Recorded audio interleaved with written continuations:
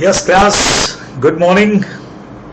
हाँ जी, तो हम लोग अपने लास्ट चैप्टर तक, मतलब लास्ट क्लास तक बात कर चुके थे जिन सेक्शंस पर शेयर कैपिटल तक का जो पोर्शन है पूरा का पूरा, यानी लगभग हम लोग कहें तो 1 से लगा करके सेक्शन नंबर 70 तक का जो पोर्शन है वो हम लोग खत्म कर चुके हैं। दिन आज कुछ आगे की बात हम लोग शुरू करेंगे, यानी कि डिबेंचर्स का हमारा जो टॉपिक है।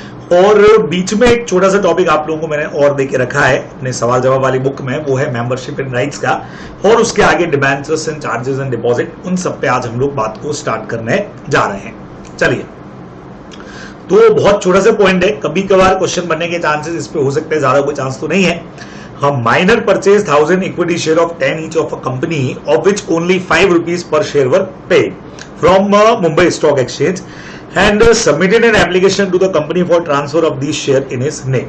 बहुत सीधा सा हो गया कि माइनर ने 1000 शेयर परचेज किए, पार्टली पेड अप शेयर है, एप्लीकेशन लगाई है कि उसके नाम पे शेयर ट्रांसफर कर दिए जाएं, तो डिसाइड ये करना है कि भाई ये शेयर क्या उसके नाम से ट्रांसफर हो सकते हैं क्या।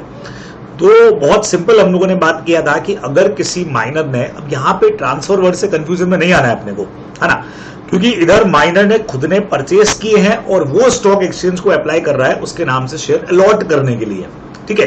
तो अगर फुल्ली पेड अप शेयर का उसको ट्रांसफर होता तो कोई टेंशन नहीं था, लेकिन अगर यहाँ पे एक minor partly paid up shares के लिए एप्लीकेशन दे रहा है और खास करके परचेज करने की एप्लीकेशन दे रहा है, तो ये एप्लीकेशन कंपनी मना कर सकती है। तो company shall refuse to register the minor as a transferee member, ये अपने को ध्यान रखना है। और मोहरी बीवी वर्सेस धर्मोदास घोष वाला जो अपना पुराना पॉइंट है इंडियन कॉन्ट्रैक्ट वाला, वो अपने को जरूर यहाँ पे लगा देना चाहिए। सिंपल सा पोर्शन आप लोग ध्यान में रखेंगे। चलिए, फिर डायरेक्ट एक छोटा सा क्वेश्चन है कि भाई इनमें से कौन कंपनी का मेंबर बन सकता है। माइनर के बारे में अपन बात कर ही चुके हैं, फुल्ली पेड अप शेयर का अगर ट्रांसफर होता तो बन सकता है, अदरवाइज नहीं। जहां तक इंसॉल्वेंट की बात है, अगर कोई पर्सन पहले से कंपनी का मेंबर है, मतलब पहले से उसका नाम अपीयर है और बाद में वो इंसॉल्वेंट होता है, तो जब तक ऑफिशियल असाइनी को शेयर ट्रांसफर नहीं हो जाते, मतलब जब तक ऑफिशियल असाइनी के थ्रू किसी और को शेयर ट्रांसफर नहीं हो जाते, तब तक वो मेंबर रहेगा, वोट देने का राइट भी उसका रहेगा, ये अपने को ध्यान में रखना है ना। लेकिन ऑफिशियल असाइनी जब उसके शेयर किसी और को बेच देगा तो बट ऑब्वियस है वो शेयर होल्डर नहीं रहने वाला है, ये अपने को ध्यान रखना है, ठीक है। नाउ पार्टनरशिप फर्म की अगर बात करें तो पार्टनरशिप फर्म का सेपरेट लीगल एंटिटी नहीं होता है, तो कोई भी पार्टनरशिप फर्म कंपनी की मेंबर नहीं बन सकती है, बराबर। हाँ, पार्टनर अपने इंडिविजुअल नेम में या जॉइंट शेयर होल्डर की तरफ से शेयर ले सकते हैं, लेकिन फर्म के नाम से नहीं लेने वाले। हाउएवर एक फर्म जो है वो सेक्शन 8 कंपनी की मेंबर हो सकती है। लाइन बहुत अच्छी लाइन है, हाँ, करेक्ट इनकरेक्ट में आपसे पूछा जा सकता है कई बार, या एमसीक्यू के अंदर पूछ सकते हैं। कोई छोटा क्वेश्चन बनाने का ट्राई किया तो पूछ लेंगे अपने को, तो ध्यान रखिएगा ट्रू फॉल्स के अंदर कि क्या एक फर्म कंपनी की मेंबर बन सकती है, तो वैसे तो नहीं बनेगी, लेकिन सेक्शन 8 कंपनी के अंदर firm can be member of company, ये आप लोग को ध्यान में रखना चाहिए, ठीक है। छोटा सा बात खत्म हो गया। नाउ अभी अगला जो अपना पार्ट है डिबेंचर्स का है, जो पूरी तरह से एक ही सेक्शन के अंदर कवर है, सेक्शन नंबर 70 पूरा डेडिकेटेड है हमारा डिबेंचर्स को लेकर के। तो पहला डायरेक्ट थ्योरी क्वेश्चन आपसे पूछा है कि भाई आपको डीआरआर पे कमेंट करना है, डिबेंचर रिडेम्पशन, सॉरी डीआरआर पे नहीं, डीआरआई पे करना है, डिबेंचर रिडेम्पशन इन्वेस्टमेंट पे अपने को कमेंट करना है। तो डायरेक्टली अपना थ्योरी पॉइंट है, आप लोग जानते हो हर साल के 30 अप्रैल तक एक पर्टिकुलर अमाउंट जो है वो इन्वेस्ट करना पड़ेगा। रेट्स आप लोग जरूर चेक कर लेंगे, रेट्स बार बार चेंज होती रहती है, तो अगर कोई अमेंडमेंट में हमने पढ़ा है या कोई रेट चेंज हुई है, अदरवाइज अपना फिक्स जो है डीआरआई अपने को करना पड़ेगा। अगले साल 31 मार्च तक जो भी मैच्योर होते डिबेंचर अपने को दिख रहे हैं, बराबर, तो उसके 15% के बराबर अभी ही 30 अप्रैल को अपने को इन्वेस्टमेंट कर देना चाहिए। अभी इन्वेस्टमेंट कहां पे करना है? फर्स्ट पॉइंट हमारा हो गया कि भाई किसी भी शेड्यूल बैंक में आप ये पैसा डिपॉजिट कर सकते हो, लेकिन ये कहीं पर मॉर्गेज पे नहीं रख सकते, ठीक है। सेकंड नंबर अपना पुराना पॉइंट है अनएंकम्बर्ड सिक्योरिटीज ऑफ सीजी और एसजी, यानी गवर्नमेंट की सिक्योरिटीज में आप पैसा लगा सकते हो, लेकिन अनएंकम्बरेंस का मतलब ये आप किसी जगह पे मॉर्गेज पे नहीं रखोगे, ठीक है। तीसरा, इंडियन ट्रस्ट एक्ट की सिक्योरिटीज में आप रख सकते हो, या चौथे नंबर पे आ गया कि इंडियन ट्रस्ट एक्ट ने अगर कोई बॉन्ड इश्यू करके रखे हैं तो उनमें भी ये पैसा इन्वेस्ट किया जा सकता है, अपने को ध्यान रखना है।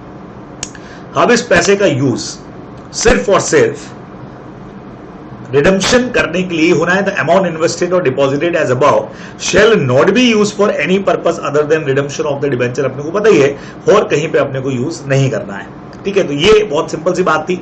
और कभी भी ये अमाउंट जो है वो 15% से नीचे किसी भी केस में नहीं जाना चाहिए, मेंटेन करना पड़ेगा आपको कंट्रीब्यूशन। तो अगर पैसा इसमें से यूज भी हो रहा है तो रिमेनिंग अमाउंट के 15% के बराबर आपका मेंटेन रहे, ये अपने को हमेशा ध्यान में रखना है। तो सिंपल से अपनी बात थी। तो डीआरआई पे ये एक डायरेक्ट क्वेश्चन अपने को पूछा हुआ है। एक क्वेश्चन और है, What remedies available to debenture holder in case of failure by company to redeem the debt? अगर कंपनी पेमेंट नहीं कर पाती है तो क्या रेमेडीज अवेलेबल है? तो 7110 में अपने को देके रखा है कि when company fails to redeem on the date of their maturity, अपने बुक के अंदर अपन ने वो एक मेरे ख्याल से 2 टेबल्स बना करके इसको समझाया पूरा कि भी अगर कंपनी फेल हो गई है, एक तो ये हुआ कि ड्यूरिंग द टाइम ही अगर है कंपनी का जो भी एसेट्स उन्होंने मॉर्गेज पे किया रहेगा वो अगर मान लो वैल्यू उसकी डिबेंचर के अमाउंट से कम है सिक्योर डिबेंचर में, तो क्या करना है अपने को। और अगर कंपनी रिडेम्पशन नहीं कर पा रही है तो अपने पास में क्या प्रोविजन रहेंगे। तो according section 7110 when company fails to redeem the debenture on the date of their maturity या इंटरेस्ट वगैरह का पेमेंट नहीं कर पाती है, तो कोई भी डिबेंचर होल्डर वेदर सिक्योर्ड हो चाहे अनसिक्योर्ड हो, चाहे उसके बिहाफ पे डिबेंचर ट्रस्टी जो है वो ट्रिब्यूनल को अप्लाई कर सकता है। ठीक है ना। हाँ, अगर ड्यूरिंग द टाइम ही अपने को पता लगता है कि यार कंपनी एसेट्स मेंटेन करके नहीं रख पा रही है, तो आप जानते हो डिबेंचर ट्रस्टी उनके बेस के ऊपर ट्रिब्यूनल के पास जाएगा और फर्दर लायबिलिटी क्रिएट करने पर वो लोग रेस्ट्रिक्शन लगा सकते हैं। ये भी अपन ने पढ़ा हुआ है। क्या वो सब इसमें लिखने का जरूरत नहीं है। The tribunal may direct by order the company to redeem the debenture on payment of principal and interest thereon. बहुत सीधी सी बात है। और यहाँ पे ट्रिब्यूनल फिर कंपनी को ऑर्डर करेगी कि भाई इनका पेमेंट जो है वो बिल्कुल किया जाए। और before issuing the tribunal, but obvious है कि कंपनी और जो भी इंटरेस्टेड पर्सन है उसकी बात को भी ट्रिब्यूनल सुनेगा। और ये लिखने के बाद बच्चे लोगों को 71(1) में अगर आपने ट्रिब्यूनल का ऑर्डर नहीं माना तो क्या पेनल्टीज कंपनी के अगेंस्ट में लगने वाली है अपन ने दिया है। तो बाय चांस अगर आप ये नहीं भी लिख पाओ तो कम से कम ये प्रोविजन तो अपना मेन तो लिखना ही है ट्रिब्यूनल के ऑर्डर वाला, और बाकी अगर पेनल्टी याद रहती है तो ठीक है, ये आप लोग ध्यान में रखेंगे। ठीक है, तो ये सेक्शन नंबर 71 यहां आकर के अपना हो जाएगा कंप्लीट। अब हमारा जो सबसे जबरदस्त चैप्टर है, और आपको मैं यहां सबको क्लियर कर दूं कि जैसे भी करो हर हाल में आपको इसके रूल्स तो पढ़ के जाने ही है। कौन से वाले? जो लिस्ट आपको दे रखी है जो डिपॉजिट की डेफिनेशन के अंदर कवर नहीं है, बराबर आप लोगों ने पढ़ा हुआ है। तो हर हाल में अपने को वो रूल्स तो पढ़ के जाने ही जाने हैं, क्योंकि उस पर क्वेश्चन बन ही रहा है। ठीक है, तो कुछ भी हो जाए, चाहे याद करना पड़े, रट्टा मारना पड़े, समझना पड़े, हाँ छोटे छोटे पार्ट में अगर आप उसको 3 बार 4 बार 5 बार याद करना पड़े, लेकिन उसको करना तो पड़ेगा ही। चलिए, तो डिपॉजिट के ऊपर अपने जो सेक्शंस लगते हैं 73 से लगा करके 76A तक आई थिंक इसमें है अपने पास में। तो ये इसके अंदर अपने पूरे सेक्शंस कवर है। तो देखो क्वेश्चन क्या कहता है। सबसे पहले इन्होंने बोला है आशीष लिमिटेड हैविंग अ नेटवर्थ इनका 80 करोड़ का है, टर्नओवर इनका 30 करोड़ का है, want to accept deposit from public other than its member. ठीक है, तो referring to the provision of companies act आपको बताना है कि भाई क्या आशीष लिमिटेड ऐसा कर सकती है क्या, deposit from public other than member. तो बच्चे लोगों को सेक्शन नंबर 76 लगता है एलिजिबल पब्लिक कंपनी का। तो कोई एलिजिबल पब्लिक कंपनी ऐसा कर सकती है। तो पब्लिक कंपनी जिसका नेटवर्थ, अब देखिएगा रूल क्या है, नेटवर्थ जिसका 100 करोड़ से कम का नहीं है और जिसका टर्नओवर एटलीस्ट 500 करोड़ का है, वही पब्लिक से accept deposit from person other than member subject to compliance of the section number अपने को पता है 73(2) की, और उसके बाद जो और कंडीशन है वो सारी की सारी इनको फॉलो करनी पड़ेगी। अब आगे क्या बोला, अब हमने कहा सर इतना आंसर क्या लिखा है, provided that such a company shall be required to obtain the, इन्होंने कंडीशंस पूछ ली अपने को कि भाई state the condition and procedure to be followed by Ashish limited to accepting deposit. तो पहले अपन ये देख लें कि क्या नेटवर्थ थी और उसके हिसाब से ये मैटर सेट हो रहा है क्या इनका। ये देखो फाइनल आंसर अगर एक बार पढ़ूं यहां से, since the Ashish limited has a net worth 80 crore का, टर्नओवर इनका खाली 30 करोड़ का है जो लेस देन प्रिस्क्राइब लिमिट है, तो ये can not accept deposit from public other than member. ठीक है, और अगर आपको wants to accept public other than member तो उनको एलिजिबिलिटी क्राइटेरिया जो है वो पूरा करना पड़ेगा। ये यहां पे बहुत सिंपल सी बात अपनी लिखी हुई है। ठीक है, तो कहने का मतलब यहां पे बहुत क्लियर हो गया कि पब्लिक से डिपॉजिट ये नहीं ले सकते। फिर भी आईसीआई ने अपने आंसर में क्या किया है, यहां आकर के इन्होंने बीच में सारी कंडीशंस डाली है। ऐसे जरूरत थी नहीं, जब आप मेंबर से एक्सेप्ट कर ही नहीं सकते हो तो कंडीशन की जरूरत क्या है, लेकिन फिर भी इन्होंने वो सारी कंडीशंस डाली। देखो क्या डाला, इन्होंने बोला कि भाई 73(2) की कंडीशंस अपने को पूरी करनी पड़ती हैं। सच a company shall be required to obtain credit rating करना पड़ता है, आप लोग जानते हुए चीजों को लेकर के, रिकॉग्नाइज क्रेडिट रेटिंग एजेंसी के, and informing the public about rating at the time of invitation, और उसके बाद एवरी ईयर करना पड़ेगा, ये इन्होंने दिया। फिर इन्होंने ये भी बोला कि further that every company accepting secure deposit from public with in 30 days of acceptance एक चार्ज क्रिएट कर देगी जो डिपॉजिट अमाउंट से कम का नहीं होगा। तो 2-1 पॉइंट इन्होंने डाले हैं, मेरे हिसाब से नहीं डालोगे तो भी चलेगा, आपको डायरेक्ट समझा देना चाहिए। एक तो एलिजिबल पब्लिक कंपनी क्या होती है, और ये कंपनी जो है वो एक्सेप्ट नहीं कर पाएगी क्योंकि आप प्रिस्क्राइब लिमिट से कम है, 100 करोड़ 500 करोड़ से, ये अपने को ध्यान में रखना चाहिए। क्लियर? चलिए, नाउ नेक्स्ट अपने से पूछा है explain provision for appointment of trustee of depositor. Direct आपका थ्योरी क्वेश्चन है जहां आपको बताना है कि भाई एक डिपॉजिटर ट्रस्टी को अपॉइंट करना है तो उसके क्या प्रोविजंस रहेंगे। तो काफी सारे प्रोविजन आपको देके रखे हुए थे। No company referred in section 73(2) or any eligible company shall issue a circular or advertisement inviting secure deposit. ठीक है, unless the company has appointed one or more trustee for depositor, अपने को पता ही है, for creating security for deposit.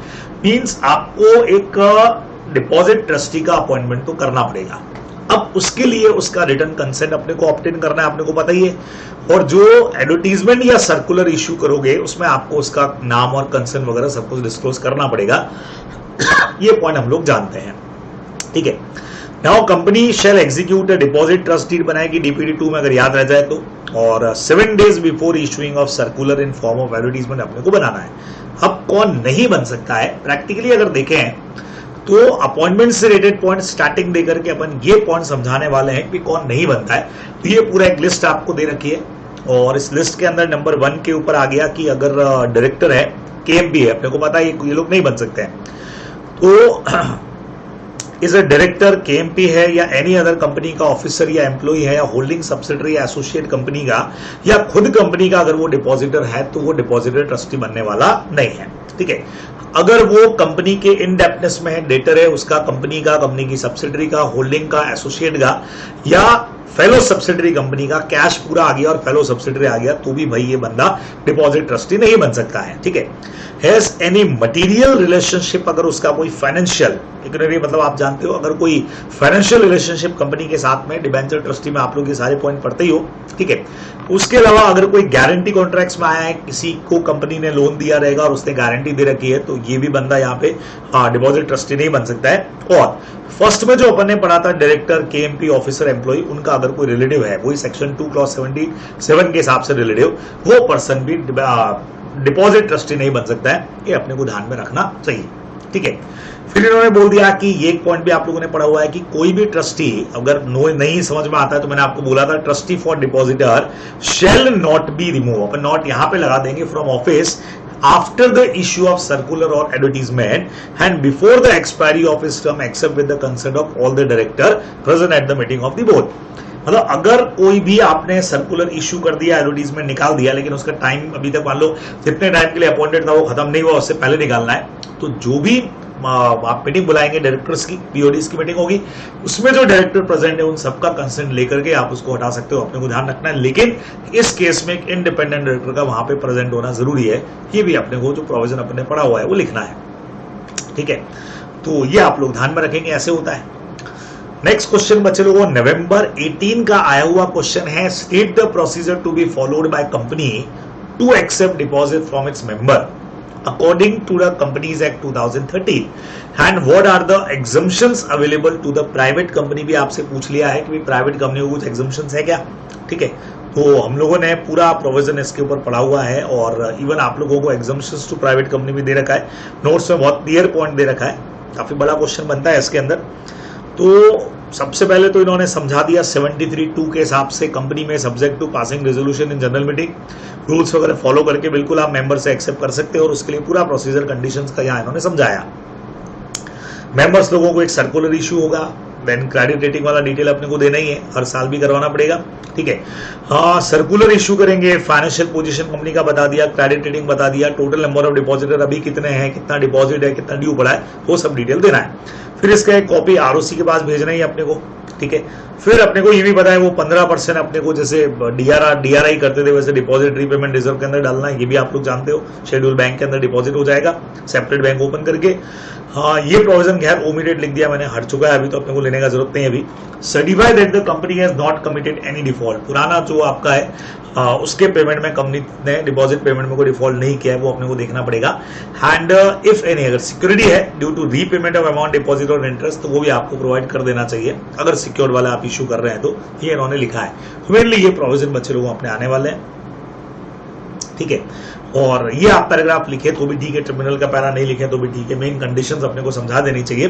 और private companies के लिए exemptions पड़ा हुआ है कि ए से ई तक वाले पॉइंट प्राइवेट कंपनीज पे नहीं लगाएंगे अपन, और अगर ये कंडीशंस पूरी हो रही हो तो।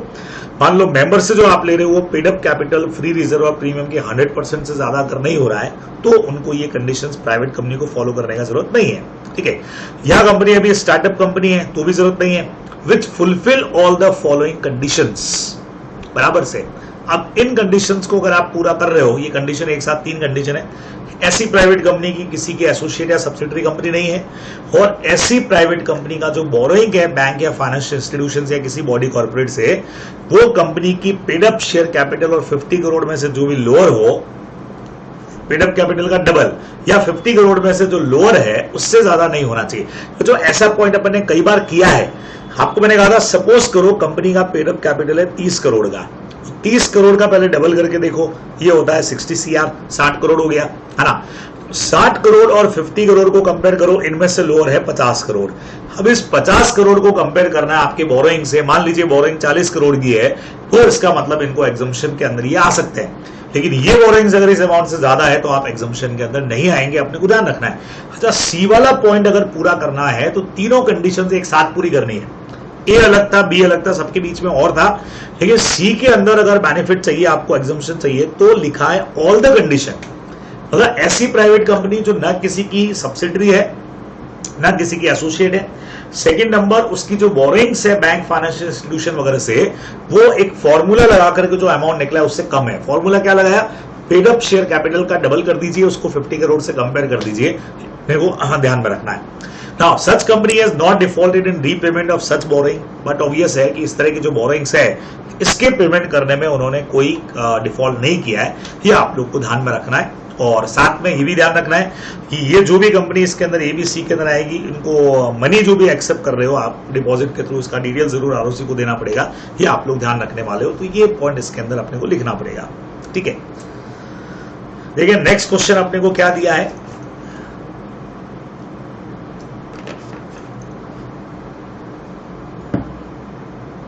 ABC Limited having a net worth of 120 crore rupees wants to accept deposit from its member। बढ़िया बात है भाई। दे हैव, देखो नेटवर्थ इनका 120 करोड़ का यहाँ पे दे रखा है, मेंबर से डिपॉजिट करना चाह रहे हैं तो करो ना भाई, आपका नेटवर्थ वैसे भी 100 करोड़ से ऊपर है, आप तो पब्लिक से ले सकते हो, इधर तो आपको खाली मेंबर से लेना है, तो कोई दिक्कत ही नहीं है। They have approached you to advise them regarding if they fall within the category of, भाई आप एलिजिबल पब्लिक कंपनी में आ रहे हो तो ठीक है, लेकिन मेंबर से डिपॉजिट लेने में स्पेशल केयर क्या, जो कंडीशंस अपन ने पढ़ी बच्चे लोगों, बस वो कंडीशन आपको पूरा कर लेना है, ठीक है। तो बिल्कुल एलिजिबल पब्लिक कंपनी, पहले 100 करोड़ 500 करोड़ वाला प्रोविजन समझा दो आप लोग, तो ऐसा वैसा पास करना पड़ता है इनको। और 181C की लिमिट के अंदर आप आ रहे हो तो खाली ऑर्डिनरी रेजोल्यूशन से काम होगा, और यहाँ पे चूंकि आपका 120 करोड़ ही है तो आप एलिजिबल कंपनी में तो आ रहे हो। लेकिन चूंकि अच्छा आगे क्या बोला, ABC company limited assure accept deposit from member, हाँ 10% of the paid up capital reserve और सिक्योरिटी प्रीमियम से ज्यादा नहीं होना चाहिए, जो आपको लिमिट्स के अंदर दे रखा है, बस वो एक एक्स्ट्रा पॉइंट अपने को लिखना पड़ेगा, क्योंकि स्पेशल केयर क्या कंडीशन पूरी करनी है वो ठीक है, बाकी वो 10% वाला पॉइंट अपने को इसके अंदर देखना पड़ेगा, वो आप लगा सकते हैं। बच्चों इसमें ट्रू फॉल्स के इस तरह के क्वेश्चंस बहुत दे रखे हैं। देखो अगले दोनों तीनों क्वेश्चन जो हैं वो आपको यही समझाने के लिए है कि बताइए ये चीज डिपॉजिट के अंदर कवर है या नहीं। देखो इतने सारे क्वेश्चन जो दिए वो लगभग इसी बात के ऊपर बेस कर रहे हैं। आइए इन सारे पॉइंट्स को बंद कर लेते हैं। सबसे पहला इन्होंने बोला ABC प्राइवेट लिमिटेड में accept the deposit from its member to the extent of 50 lakh if the aggregate of paid up share capital free reserve and security premium is rupees 50 lakh। मतलब 100% आप एक्सेप्ट कर सकती है कोई भी प्राइवेट कंपनी, 100% ट्रू है, आप चेक कर लेना। कोई भी प्राइवेट कंपनी जो है, इन्होंने पूछा, अच्छा ये नहीं पूछा है कि 100% ही कर सकती है, वो कह रहे 100%, क्योंकि आप बोलोगे सर एक्सेप्शन पड़ा था 100% से ज्यादा भी कर सकती है, तो यहां इन्होंने बोला है कि 100% कर सकती है, हाँ तो कर ही सकती है ना 100%, तो ये अपने को लिखना है कि यस एक्सेप्ट कर सकती है 100%, ठीक है। नेक्स्ट में क्या बोला है देखो, गवर्नमेंट कंपनी है, eligible to accept deposit under section 76 of companies act, cannot accept deposit from public exceeding 25% of paid up capital, free reserve and security premium account। तो पब्लिक से ये 25% से ज्यादा एक्सेप्ट नहीं कर सकती, इन्होंने लिखा है, तो फॉल्स है। गवर्नमेंट कंपनी जो एलिजिबल है वो 35% एक्सेप्ट कर सकती है एग्रीगेट का, ये अपने को ध्यान में रखना है। तो 25 नहीं है, 35% है बच्चों। हाँ, मई 19 में भी ये क्वेश्चन आ चुका है और आरटीपी नवंबर 20 के अंदर भी सेम क्वेश्चन था, ये अपने को ध्यान रखना है। आगे देखो, तो छोटी सी तो बातें थी, अगला क्वेश्चन भी ऐसा ही है। सबसे पहले डिपॉजिट का डेफिनेशन इन्होंने पूछ लिया और आपको बोला है कि आगे वाले जो पॉइंट्स दे रखे हैं बताओ ये डिपॉजिट है कि नहीं है। तो सबसे पहले तो आपको डिपॉजिट का डेफिनेशन जो समझा देना है, 231 में दे रखा है, any receipt of money by way of deposit और लोन और in any other form by A company but does not include, और नॉट इंक्लूड वाले पॉइंट्स यहाँ आपने को दे रखे हैं। आइए एक एक पॉइंट पढ़ते हैं। सबसे पहला फर्स्ट पॉइंट में इन्होंने दिया है ₹5 lakh raise by Rishi limited through issue of non convertible debenture non constituting a charge on the asset of the company और लिस्टेड रिकॉग्नाइज्ड स्टॉक एक्सचेंज में as per applicable regulation made by SEBI.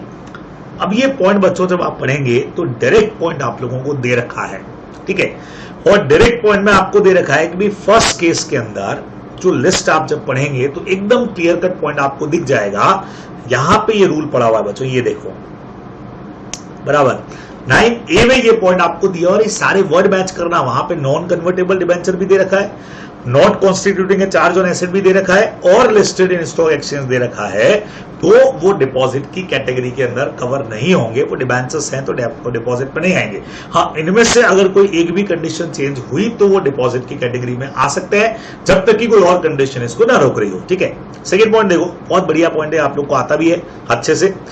2 lakh receive from mister T an employee of the company जिसका annual salary है 1.5 लाख रुपए का, under a contract of employment with the company in the nature of non interest bearing security deposit, ठीक है। अब rule क्या है ये देखिए, हमने कहा in the second case ₹2 lakh was receive from mister T, ठीक है, an employee of the company जिसका सैलरी 1.5 लाख का है under the contract of employment. ये पूरा क्वेश्चन समझा दिया, आगे समझना।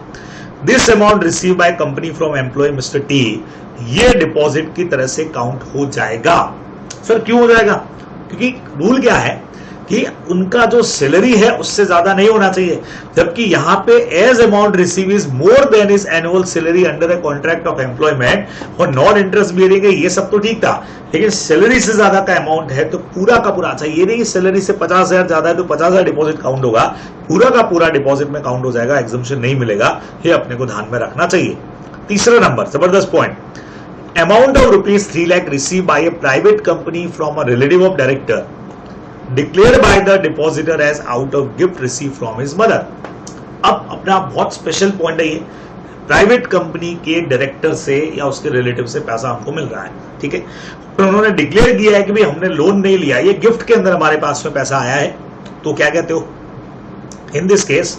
यहां तक तो क्वेश्चन आ गया, this amount receive by private company will not be considered as deposit, count नहीं होगा, पॉइंट नंबर 8 पे दिया है, क्योंकि रिलेटिव रिक्वायरमेंट क्या है, the relative of the director of a private company from home money is receive, जिससे receive हो रही है, वो कंपनी को एक डिक्लेरेशन दे दे कि भाई ये पैसा मैंने किधर से उधार नहीं लिया है, ये गिफ्ट है मदर की तरफ से, not being given out of fund acquired by borrowing loan, मैंने कहीं से बोरोइंग या डिपॉजिट वगैरह नहीं लिया है, तो बिल्कुल ये एग्जम्पशन मिलेगा कि नहीं मिलेगा भाई? बिल्कुल एग्जम्पशन मिल जाएगा और ये डिपॉजिट की कैटेगरी में काउंट नहीं होगा, ये आप लोग को ध्यान में रखना चाहिए था, ठीक है। नेक्स्ट क्वेश्चन बच्चे लोगों, क्रेडिट रेटिंग से रिलेटेड प्रोविजन आपसे पूछ लिए डायरेक्टली कि क्या क्या फॉलो करने पड़ते हैं, तो जो भी क्रेडिट रेटिंग के प्रोविजन आप लोगों ने पढ़े वो सारे एज इट इज आपको, जो अभी अपन ने ऊपर भी पढ़े थे वो सब आपको एज इट इज यहाँ पे दे देना चाहिए, कहां से लेना, कैसे लेना, क्या रूल्स रहेंगे, डायरेक्टली आप लोग इसको कर सकते हो, ठीक है।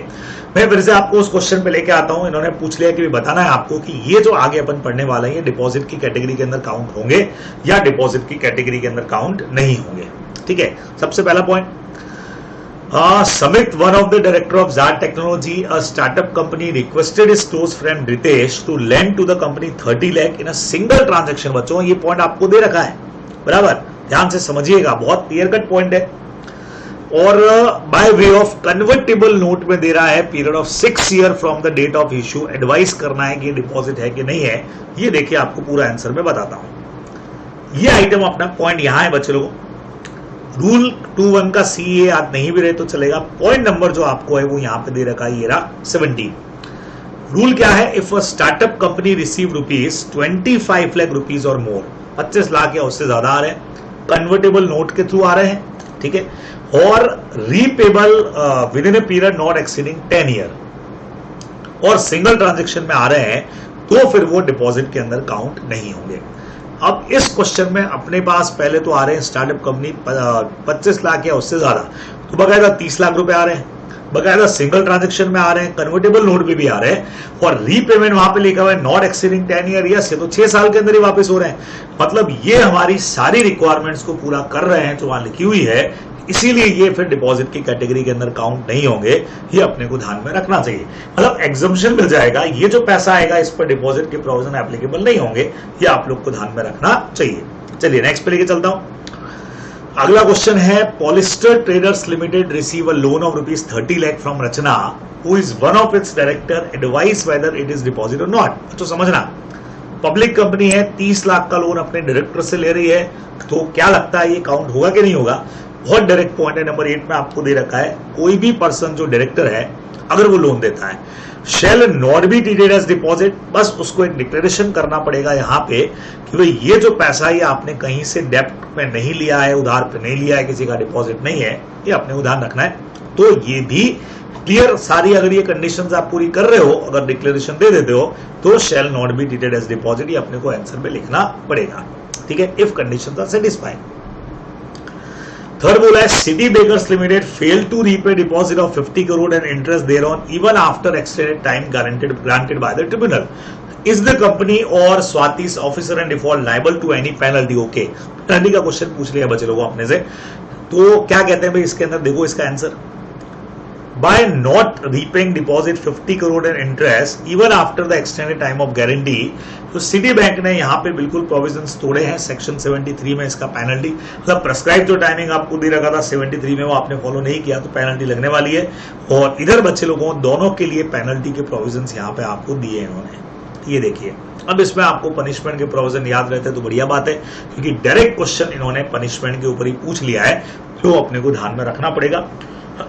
कंपनी के अगेंस्ट में ये पड़ी पेनल्टी, जो भी ऑफिसर ने डिफॉल्ट होगा उसके अगेंस्ट में पेनल्टी, और इंटेंशनली क्या रहेगा तो 447 का पेनल्टी भी लगने वाला है, ये आप लोग ध्यान रखेंगे। नेक्स्ट में बोला है, Srinagar readymade garments limited wants to accept deposit of 50 crore from its member for a tenure which is less than 6 month, is it a possibility? तो ये कंपनी 50 लाख रुपए अपने मेंबर से ही ले रही है 6 महीने से कम के टाइम के लिए। देखिए प्रोविजन क्या कहता है, प्रोविजन कहता है रूल 3 के हिसाब से company is not permitted to accept और रिन्यू डिपॉजिट, चाहे वो सिक्योर्ड या अनसिक्योर्ड, अपने को पड़ा हुआ है, which is repayable on demand is less than 6 months, ठीक है। और मैक्सिमम पीरियड जो होगा वो 36 मंथ्स का होता है, आप लोग जानते हो, एकदम क्लियर था। हाँ, अगर 10% तक का एक्सेप्ट कर रहे हो तो आप कर सकते हो, लेकिन तो फिर 3 मंथ्स के अंदर, उससे कम के लिए आप एक्सेप्ट नहीं करोगे। गिवन केस के अंदर 50 लाख हम एक्सेप्ट कर रहे हैं और लेस देन 6 मंथ्स के लिए कर रहे हैं, इट कैन डू सो अगर हमारी बाकी कंडीशंस पूरी हो रही हो, ठीक है, ये अपने को ध्यान में रखना है। तो 3 महीने के लिए होगा और पेड अप कैपिटल वगैरह की कोई इन्फॉर्मेशन दे नहीं रखी है, तो अगर वो उसके 10% के बराबर तक ही होता है तो हम ये एक्सेप्ट कर सकते हैं, अदरवाइज नहीं करेंगे, ये अपने को आंसर में लिखना पड़ेगा। तो टाइमिंग पे बच्चों अपना ये क्वेश्चन इन्होंने क्वारी कर लिया। नेक्स्ट पूछा है, हाँ, is it an order for a diamond housing finance company to accept और रिन्यू डिपॉजिट? बच्चों हाउसिंग फाइनेंस कंपनी है, तो क्या ये एग्जम्प्टेड वाले लिस्ट के अंदर कवर है क्या? बस ये आपको ध्यान रखना है। तो अगर आपको इसका आंसर बताऊं मैं, तो ये पड़ा इसका answer, according 73(1) no company can accept या renew deposit from public unless it follow the manner provided. ये तो ठीक है, चलो ये खास लाइन नहीं है। मेन लाइन यहाँ पे है, प्रोविजन टू सेक्शन 73(1) कहता है कि अगर कोई भी कंपनी जो हाउसिंग फाइनेंस कंपनी हो, जो रजिस्टर्ड है नेशनल हाउसिंग बैंक के पास में, उस पर हमारी ये कंडीशंस डिपॉजिट वाली एप्लीकेबल नहीं होती है। तो हम ये एजम्पशन लेके चलेंगे कि ये चूंकि हाउसिंग फाइनेंस कंपनी है तो नेशनल हाउसिंग बैंक के पास रजिस्टर्ड होगी, और अगर होती है तो फिर यहाँ पे इनको एग्जम्प्ट किया गया है, ठीक है। It being exempted can accept deposit from public from time to time without following the prescribe manner. तो आप पब्लिक से अगर डिपॉजिट एक्सेप्ट करते भी हैं तो आपको ये प्रोसीजर इस एक्ट के अंदर जो दे रखे हैं वो फॉलो करने की जरूरत नहीं है, ये आप लोग मेनली ध्यान में रखने वाले हो। क्लियर, बराबर, आगे बढ़े। आखिरी क्वेश्चन बचे लोगों इस चैप्टर का, जुलाई 21 का आया हुआ क्वेश्चन है, आइए चेक करते हैं क्या है।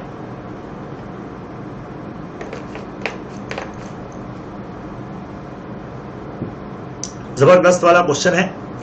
इन्होंने बोला the promoters of Jayashree spinning mills limited contributed in the shape of unsecured loan to the company in fulfilment of the margin money requirement stipulated by state industries development corporation for granting loan. ये कौन सा वाला point है? मतलब ये वो point है बच्चों कि जहां पे स्टेट इंडस्ट्रीज डेवलपमेंट कॉर्पोरेशन ने लोन देते वक्त वो कंडीशन लगाई होगी कि आपके प्रमोटर्स लोग भी कंपनी को एक लोन प्रोवाइड अगर करने को तैयार हो तो हम लोन देंगे। In the light of provision of companies act and rules made there under, आपको बताना है कि ये जो इन्होंने अनसिक्योर्ड लोन दिया ये डिपॉजिट की कैटेगरी में आएगा कि नहीं आएगा, और what will be your answer अगर एंटायर लोन हम SIDSL से वो अगर हम चुका देते हैं तो क्या होगा। तो कंडीशन बहुत क्लियर है, any amount brought by the promoters of the company, जो आपने अनसिक्योर्ड लोन लिया वो डिपॉजिट में काउंट नहीं होगा अगर ये 3 कंडीशन पूरी हो रही हो। नंबर 1, लोन ब्रॉड किया बिकॉज कंडीशन लगाया था लैंडिंग इंस्टीट्यूशन ने कि प्रमोटर पैसा देंगे, बिल्कुल लगाई है। Second number, loan provided by the promoter themselves या उनके रिलेटिव या दोनों दे सकते हैं, और ये एग्जम्पशन तभी तक मिलेगा जब तक आप उस फाइनेंशियल इंस्टीट्यूशन का लोन नहीं चुका देते। एक बार चुका दिया तो उसके बाद एग्जम्पशन नहीं मिलेगा।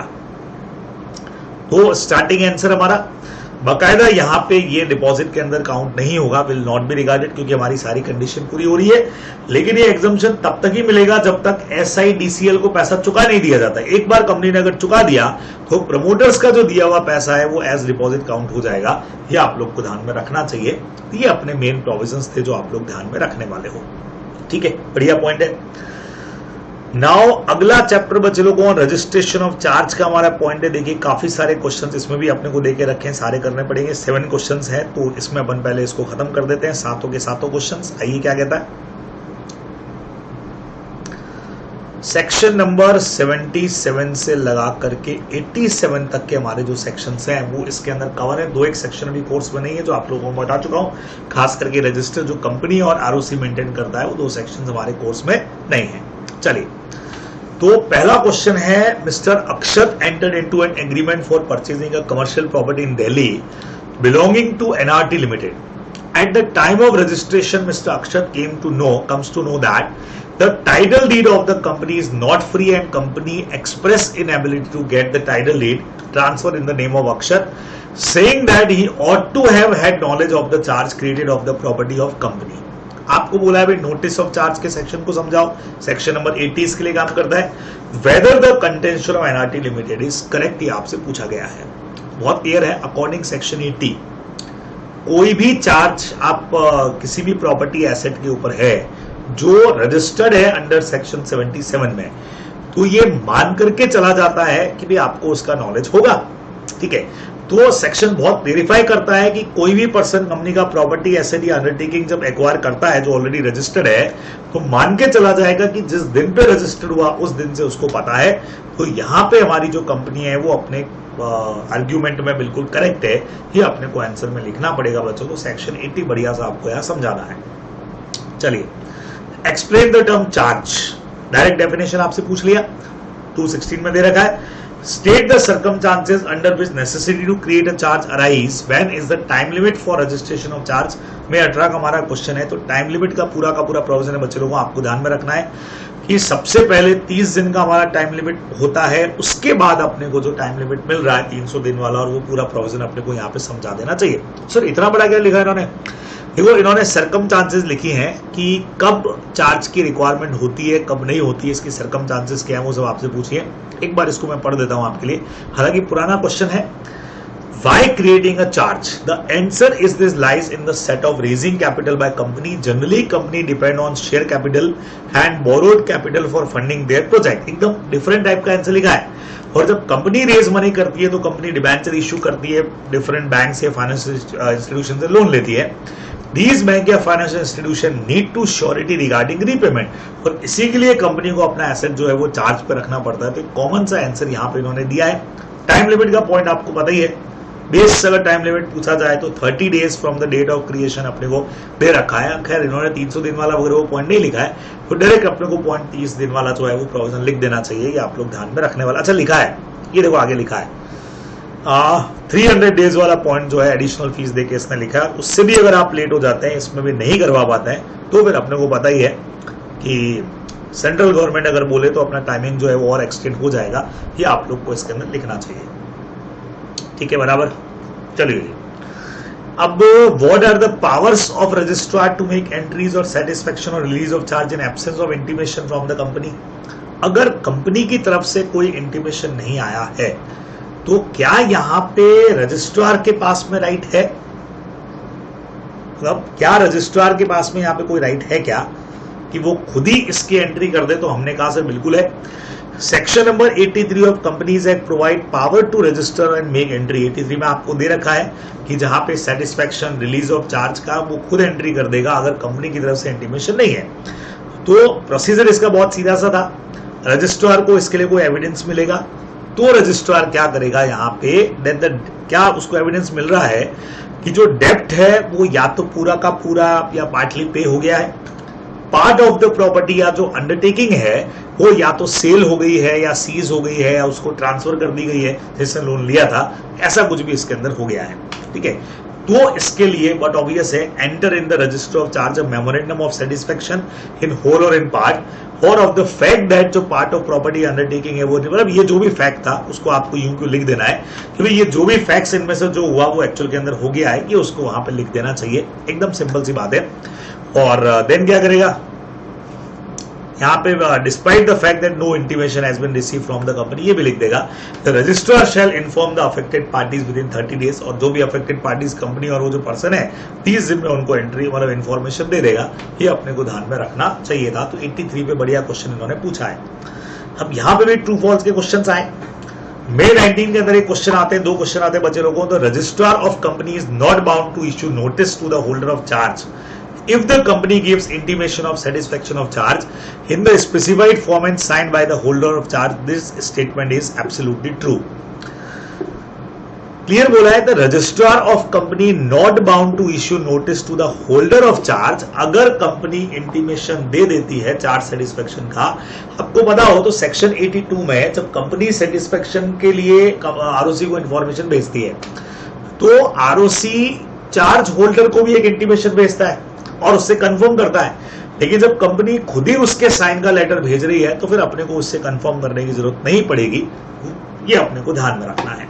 चलिए नेक्स्ट पॉइंट क्या कहता है, the registrar of company may allow the company or holder of charge to file intimation within a period of 300 days of satisfaction of charge on payment of fees and additional fee as may be prescribe. True है, आप जानते हो section 77 पहले 30 दिन में करवाना था और नहीं तो आप 300 दिन के अंदर एक्स्ट्रा फीस देकर के इसको कर सकते हैं, एडिशनल फीस के साथ में अपने को ध्यान में रखना था। चलिए अब अगला क्वेश्चन क्या कहता है, DN limited hypothecated is planned on a nationalised bank and avail a term loan. The company registered the charge with the registrar of company. The company settled a term loan in full. ठीक है भाई। The company requested to issue bank a letter confirming the settlement. भाई बाद में आपने loan चुका दिया, आपने बैंक को बोला कि भैया इसके लिए एक लेटर लिख दो। बैंक इनके कोई भी मैटर पे रिस्पॉन्ड नहीं कर रही है। अब आपको बताना है कंपनीज एक्ट के प्रोविजन क्या है to register the satisfaction of charge in the above circumstances. और आपको ये बताना है इसके अंदर की state the time frame up to which the registrar of company may allow the company to intimate satisfaction of charge. अब ये देखिएगा अगेन सेक्शन 82 लगता है जहां पे कंपनी के लिए है कि इंटीमेशन भेज दे फुल और जो भी आपका पेमेंट हुआ है 30 दिन के अंदर पेमेंट या सेटिस्फेक्शन से इंफॉर्मेशन भेज दे। और टाइमिंग एक्सटेंड इसमें भी अपने को पता है कि आरओसी कर ही सकता है, कोई अपना एडिशनल फीस देके 300 दिन वाला जो पॉइंट आपको एज इट इज यहाँ पे लिख देना चाहिए। ठीक है, तो क्वेश्चन जरूर इस तरह का है लेकिन ज्यादा घबराने की जरूरत नहीं है। डायरेक्ट पूछा है कि अब इसमें क्या, वो तो इंटीमेशन दे नहीं रहे तो हम भेज देंगे, आरओसी अपना उनसे कंफर्म करता रहेगा, हमारी तरफ से तो हमने पेमेंट कर दिया है। What are the power of registrar to make entries of satisfaction वाला वही क्वेश्चन बच्चों अभी जो 83 के अंदर किया, 82 83 वाले, entries of satisfaction and release of charge in the absence of any intimation from the company, आपको इसके प्रोविजन बताने हैं। तो अभी जो अपन ने पढ़ा था कि भाई अगर कुछ भी सेटिस्फाई हो गया हो तो वो खुद ही एंट्रीज की कर देगा और 30 दिन के अंदर पार्टीज को बता देगा। इससे पहले वाला क्वेश्चन अपन ने यही किया था, सेम क्वेश्चन वापस से रिपीट हुआ है, ये भी वही है। Ranjit acquired a property from ABC which was mortgage to okay bank. He settled the dues to OK Bank in full and the same was registered with the sub-registrar who has noted that mortgage has been settled. ठीक है, but neither the company nor OK Bank filed particular or satisfaction of charge with the ROC. इन्होंने भेजा नहीं, तो क्या यहाँ रंजीत खुद approach कर सकता है रजिस्ट्रार को इस रिगार्ड में क्या कोई रिलीफ मिलने वाली है? तो बिल्कुल यही पॉइंट आएगा, बिल्कुल कर सकता है। ये देखो मैंने लिखा भी है कि रंजीत अप्रोच कर सकता है, वो एविडेंसेस अगर शो कर दे तो बाकी आरओसी खुद ही देख लेगा, वो इंक्वायरी करके फिर मेमोरेंडम के अंदर एंट्री डाल देगा। तो ये अपने को आंसर बच्चे लोगों ने लिख देना चाहिए। तो कुछ एक सेक्शन ही है इसमें जो लगातार क्वेश्चंस को क्रिएट करते हैं, बना रहे हैं आपके लिए। देखो ये सेक्शन 83 यहाँ पे अपन ने किया ही था और ये उसी सेक्शन 83 के ऊपर इन्होंने एक प्रैक्टिकल टाइप का क्वेश्चन आपको बना करके दे दिया, ये अपने को तैयार करना चाहिए। लास्ट क्वेश्चन क्या है देखें, ABC Limited created a charge in favor of OK Bank. Charge was duly registered. Later the bank enhanced the facility by another 20 crore. Okay.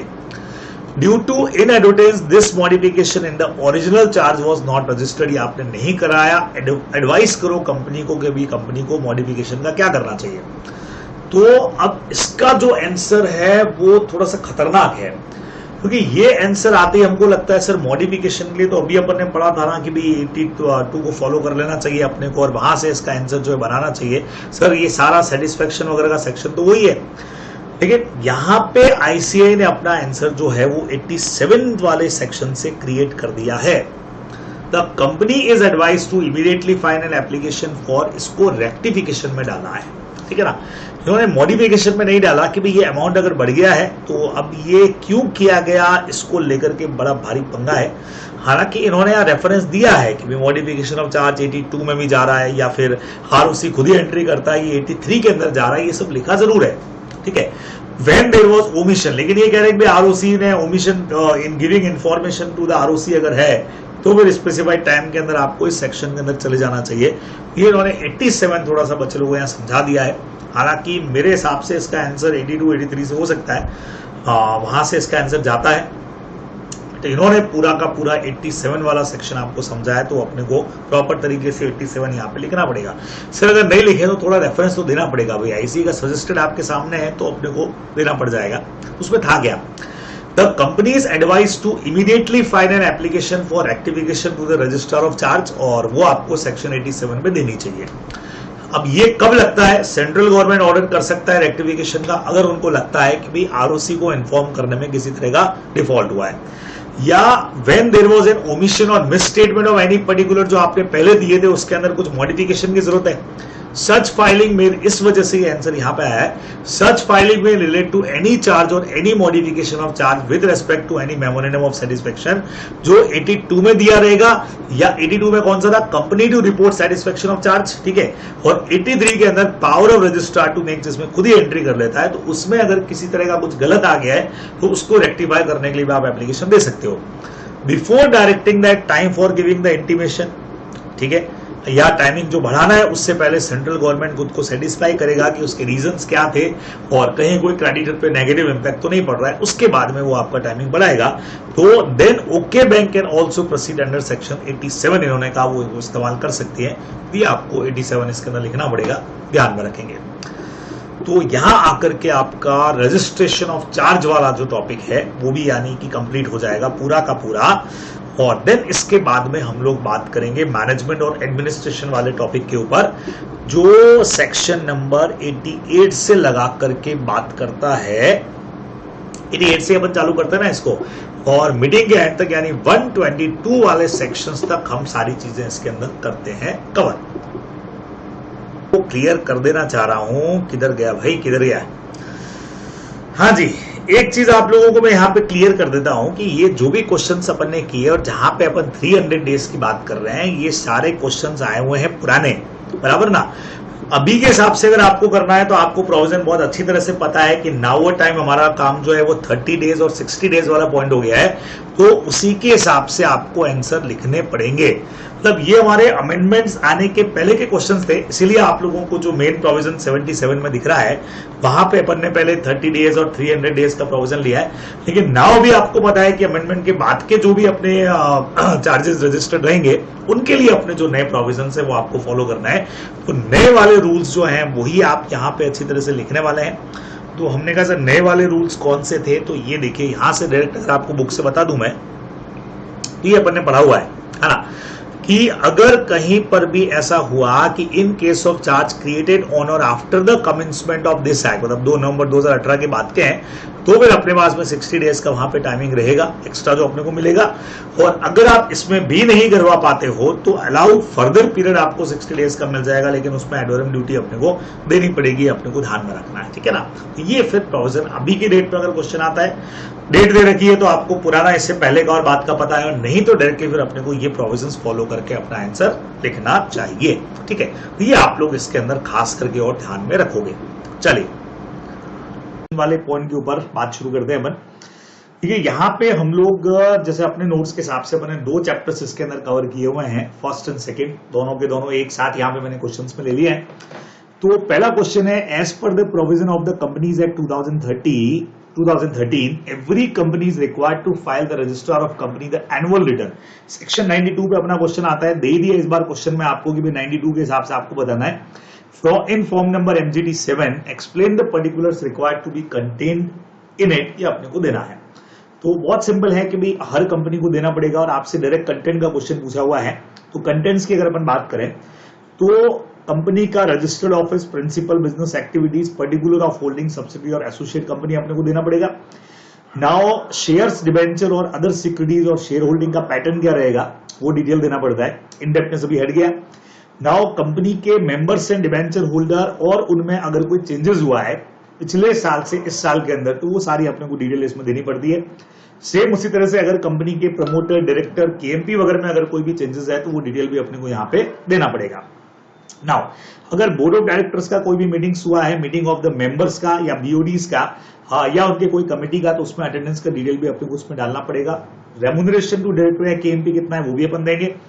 उसके अलावा अगर डायरेक्टर या ऑफिसर या कंपनी के अगेंस्ट में उस पूरे साल में कोई पेनल्टी इंपोज हुआ है या पनिशमेंट हुआ है या उसके अगेंस्ट में अपील किया है तो वो भी अपने को यहाँ पे देना पड़ेगा, ठीक है। Matters relating to certification of compliance disclosure, वो सारा का सारा तो सर्टिफिकेशन अपने पास में रिसीव हुए होंगे अलग अलग कंप्लायंस को लेकर के, वो अपने को मैटर्स बताने पड़ेंगे। And detail in respect of share held by on behalf of foreign institutional buyer का अगर कुछ है तो वो भी अपने को देना पड़ेगा। तो और such other matter as we prescribe, तो चीजें बढ़ती रहती हैं अपनी। तो मेनली ये क्वेश्चन जो है वो मई 18 का क्वेश्चन है। तो अभी भी आप जब इसको पढ़ के जाएंगे तो नोट्स में से, बुक में से जो भी सेक्शन 92 के कंटेंट्स हैं उनको एक बार अपने को पढ़ के जरूर जाना चाहिए, क्योंकि उस पर क्वेश्चन बनने के चांसेस हो सकते हैं। चलिए नाउ अगला क्वेश्चन कहता है, बाजार limited called its AGM in order to lay down the financial statement for share holder approval. AGM बुलाया है लेकिन वांट ऑफ कोरम की वजह से मीटिंग हो गई है कैंसिल। डायरेक्टर ने अपना एनुअल रिटर्न आरओसी को फाइल नहीं किया है, क्योंकि उनका आइडिया है कि भाई 60 दिन 60 डेज फ्रॉम एजीएम से आपको फाइल करना चाहिए था, अब चूंकि एजीएम कैंसिल हो गई है सो इसीलिए उनको ये सबमिट करने का जरूरत ही नहीं है। तो क्या लगता है कि यहां कहीं पे कोई प्रोविजन ब्रेक हुआ है क्या, पेनल्टी लगेगी क्या? सेम क्वेश्चन ऐसे ही बच्चों एक बार और पूछा गया है ये। Due to heavy rain and flood Chennai handloom limited was unable to call AGM on 30th September 17। The company has not filed annual financial statement या annual return as the director of company। इनका भी वही view है कि जब AGM नहीं हुआ तो 60 डेज वाला रूल हमारे ऊपर एप्लीकेबल नहीं है। अब आपको प्रोविजन अच्छे से पता है कि चाहे एजीएम हेल्ड हुआ हो या नहीं हुआ हो, लॉ ये कहता है कि जब एजीएम होना चाहिए था उस डेट से आपको 60 डेज के अंदर सबमिट कर देना चाहिए, 60 days from the date of AGM, या नहीं तो वो डेट जब एजीएम होनी चाहिए थी। बहुत सिंपल है, साथ में आपको रीजन दे देने चाहिए, ठीक है, क्लियर एकदम से।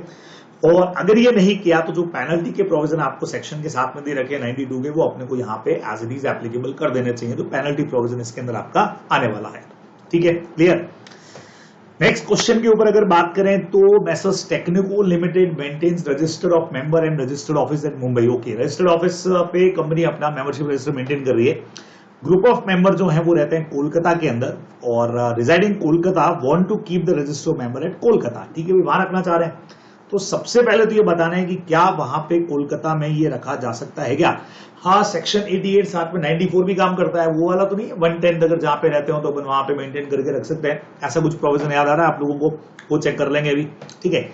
डस मिस्टर रंजीत द डायरेक्टर, लेकिन शेयर होल्डर नहीं है, of company have a right to inspect, पुराना पॉइंट था, कहीं कहीं पे दिया हुआ नहीं कर सकता, लेकिन नाउ टाइम अपन बोलेंगे कि हाँ भाई आप डायरेक्टर भी हो, वो भी आपको इंस्पेक्ट करने का राइट अपना दे दिया जाएगा। अब अपन ने वो पॉइंट ही हटा दिया है कि इंस्पेक्शन का राइट है कि नहीं है। एनी अदर पर्सन की कैटेगरी के अंदर ये डायरेक्टर को अपन इंक्लूड कर सकते हैं। चलो, तो उस वक्त क्या आंसर आता देखते हैं।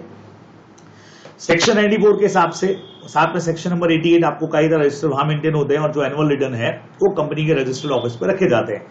हालांकि एनी प्लेस इन इंडिया पे रखे जा सकते हैं जहां पे 1/10 ऑफ द शेयर होल्डर का रेजिडेंस हो और साथ के अंदर अपने को स्पेशल रेजोल्यूशन भी इसके लिए पास करना पड़ेगा, ये आप लोग ध्यान में रखेंगे। So Technico limited can also keep the register and return at Kolkata after compliance with above provision. 1/10 अगर वहां पे रहते हो कोलकाता में तो आप रख सकते हो, ठीक है। फिर उसके बाद में सेकंड पार्ट अगर इंस्पेक्शन की बात करें तो अपन ने कहा था यहाँ पे कि भाई इंस्पेक्शन करने का राइट मेंबर के पास है, debenture holder, other security holder, beneficial और एनी अदर इंटरेस्टेड पर्सन, वहां लिखा हुआ था। तो उस वक्त के आईसी के आंसर के हिसाब से तो था कि भाई ये शेयर होल्डर नहीं है तो इसको इंस्पेक्ट करने का राइट भी यहाँ पे दिया गया नहीं है, ठीक है। लेकिन अगर अपन सेक्शन की बात करें नाउ टाइम के अंदर तो एनी अदर पर्सन की कैटेगरी में एक बार अपने को चेक कर लेना चाहिए कि भाई मैंने आपको पढ़ाते वक्त भी हाँ वो वाला जो अपना प्रोविजन था उसको अपन ने बिल्कुल हटा ही दिया था बराबर से कि हाँ भाई अब डायरेक्टर्स लोगों को भी एनी अदर इंटरेस्टेड पर्सन की कैटेगरी में डाल करके अपन यहाँ पे राइट देने वाले हैं। तो मैं चाहूंगा जब भी ऐसा क्वेश्चन बने तो नोट के अंदर आप इस पॉइंट को जरूर लिख दें, क्योंकि ये लाइंस पहले स्टडी मैट के अंदर दे रखी थी जो हटा दी गई है, तो इस वजह से अपन डायरेक्टर को यहाँ पे राइट जो है वो देने वाले हैं, ठीक है। तो नोट के अंदर आप स्पेशली इस लाइन को अलग से शो कर दें ताकि अपने को नंबर जो है वो प्रॉपर तरीके से मिल जाए। चलिए, तो अब प्रेजम्पशन में taken with respect of payment of fees any other person, ये देखो यहाँ पे ओके दे दिया अपने यहाँ पे, ओके ये देखो यहाँ पे शेयर होल्डर नहीं है तो राइट नहीं है, लेकिन ये दे दिया फाइनल आंसर अपन ने, ये मैं आपको कह रहा था। अब प्रेजम्पशन में भी taken with respect of payment of fees in such A case any other person जो स्पेसिफाइड है उनके अलावा may also inspect the register of member. So Mr. Ranjit can inspect on payment of fees. Fees देके वो check कर सकता है, ये फाइनल आंसर में अब अपने को लिख देना चाहिए। चलिए, now Mr. Bhim is holding 500 shares of XYZ Limited, sorry ZYZ Limited. Total worth है 5000 ओनली इनके पास में, ठीक है। Advise whether has a right to inspect, भाई सबको होगा ना, इससे मतलब ही नहीं है कि आपके पास नंबर ऑफ शेयर्स कितने हैं, तो पूरा प्रोविजन अपने को पता ही है। जब तक क्लोज नहीं हो तब तक आपके लिए ओपन रहेगा इंस्पेक्शन के लिए, और अगर आप मेंबर हो तो विदाउट एनी फीस आप इंस्पेक्शन कर सकते हो, एनी अदर होगा तो फीस देके चेक करेगा। तो वेदर आप यहाँ पे मिस्टर भीम होल्डिंग कर रहा है शेयर्स की तो कर सकता है, वो share holder of company has right to inspect, बस सीधा सा पॉइंट हो गया। नेक्स्ट क्वेश्चन देखें। In a general meeting of Amit limited the chairman directed to exclude certain matter जो डिट्रीमेंटल है to the interest of company, section 118।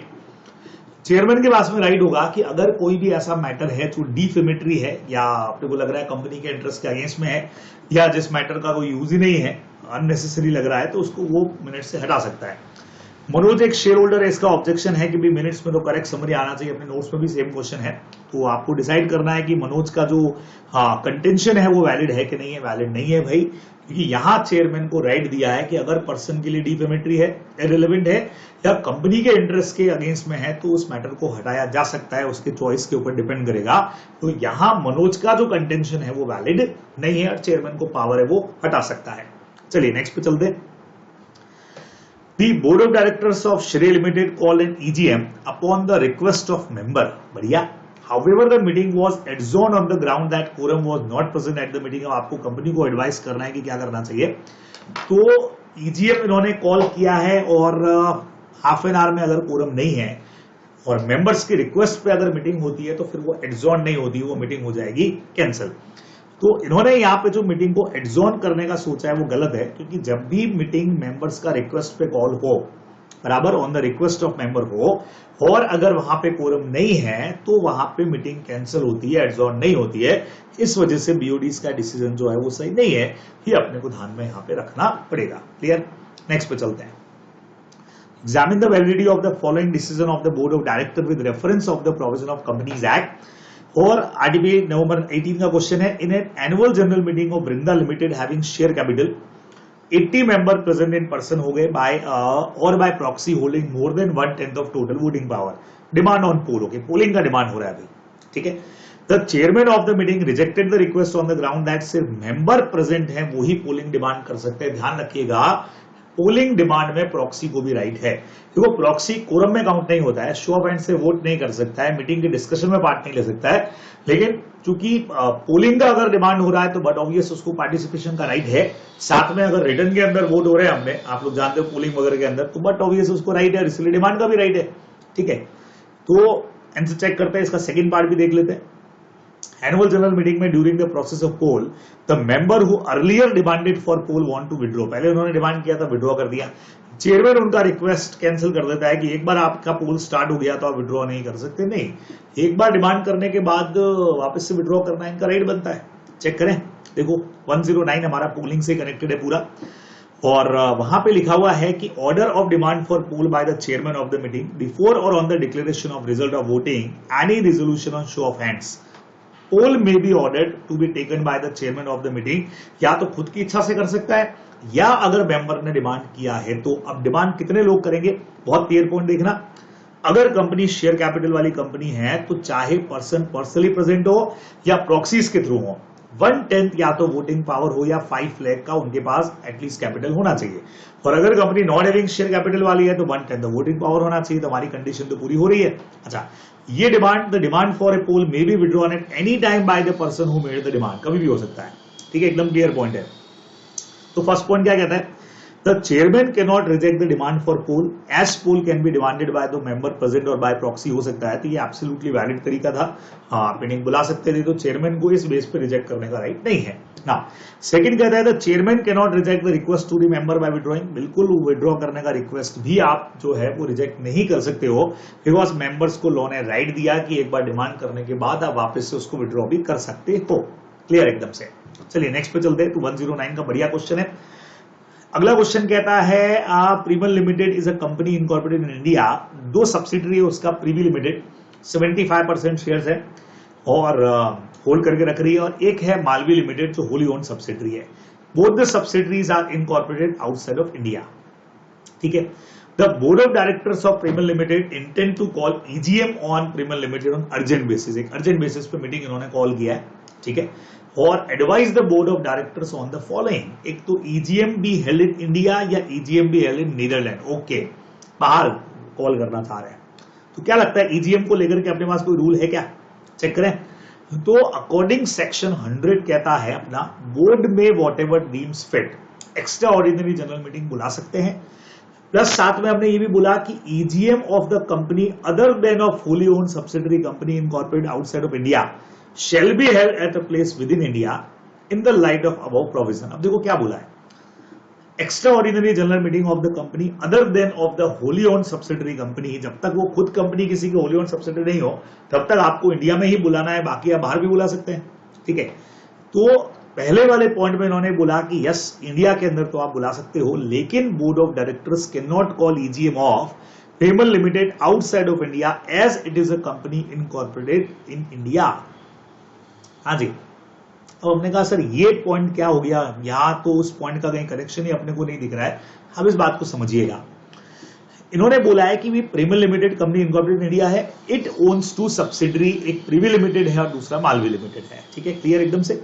Both the subsidiaries are incorporate, दोनों की दोनों इंडिया के बाहर हैं, लेकिन जो कंपनी यहां रजिस्टर्ड है अपनी प्रीमल वाली बराबर, वो अपना एक्स्ट्रा ऑर्डिनरी जनरल मीटिंग बुलाना चाह रही है, मेन कंपनी की बात हो रही है, तो कौन सी कंपनी बाहर बुला सकती है, ये क्या लिखा है देखो, an extra ordinary general meeting of the company other than of Holi owned subsidiary company जो इनकॉर्पोरेट आउटसाइड ऑफ इंडिया हो, shell be held at a place with in India. मतलब ईजीएम आप कहीं पर भी बुला सकते हैं, लेकिन इंडिया में ही बुलाना पड़ेगा।